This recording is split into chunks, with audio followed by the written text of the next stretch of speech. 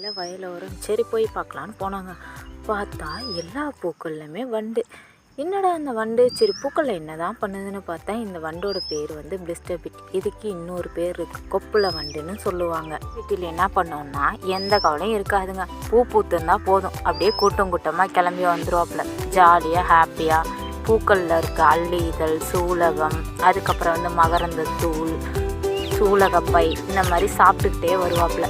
சாப்பிட்டுக்கிட்டே வந்தால் என்ன பண்ணோன்னா நமக்கு காய்கள் வைக்கிறது குறையுது. இதனால இப்போது இந்த பூச்சி என்னங்க பெருசாக பாதிப்பு ஏற்படுத்துகிற போது அப்படின்னு சொல்லி இந்த பூச்சி என்ன பண்ணுன்னா பூவை எல்லாமே சாப்பிட்ருங்க. பூவை சாப்பிட்றதுனால நமக்கு பாலினேஷன் நடக்காமல் போகும். பாலினேஷன் நடக்காதனால காய்கள் உருவாவது குறைகிறது.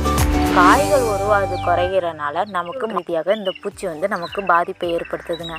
எப்படி தெரியுமாங்க கண்ட்ரோல் பண்ணலாம்? இனக்கவர்ச்சி பொறி வைக்கலாம். ஒரு ஏக்கருக்கு 10ங்கிற அளவில் ஹெலிகோர்பா ஆர்மிஜராங்கிற இனக்கவர்ச்சி பொறி லியூர் விற்கும்.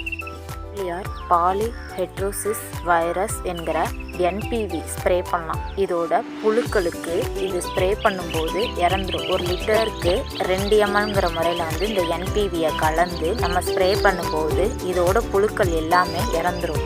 லோகார், குயினலாபாஸ், பாஸ்போலான் இந்த 3ல் ஏதாச்சும் ஒரு மருந்து வந்து நம்ம எடுத்துக்கணும். 1 லிட்டருக்கு 3 mlங்கிற முறையில் கலந்து ஸ்ப்ரேயர் டேங்கில் போட்டு நம்ம அடிக்கலாம்.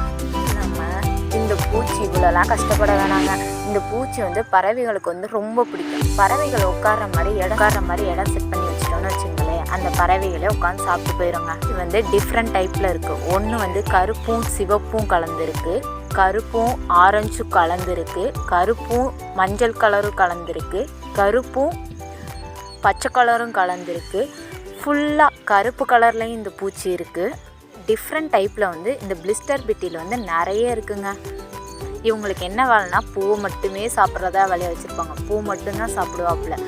எங்கே இருந்தாலும் சரி எல்லா வகையான பூவுமே சாப்பிடுவாங்க. அதுக்கு நீங்கள் மற்ற பூலாம் நினச்சிக்காதீங்க, சரி பூவை மட்டும்தான் சாப்பிடுவாங்க. இதனால் என்ன நடக்குது, நமக்கு வந்து காய்கள் பிஞ்சுகள் வைக்கிறது வந்து குறையுது. இதனால் நமக்கு மகசூல் ரீதியாக இந்த பூச்சி வந்து பாதிப்பை ஏற்படுத்துங்க.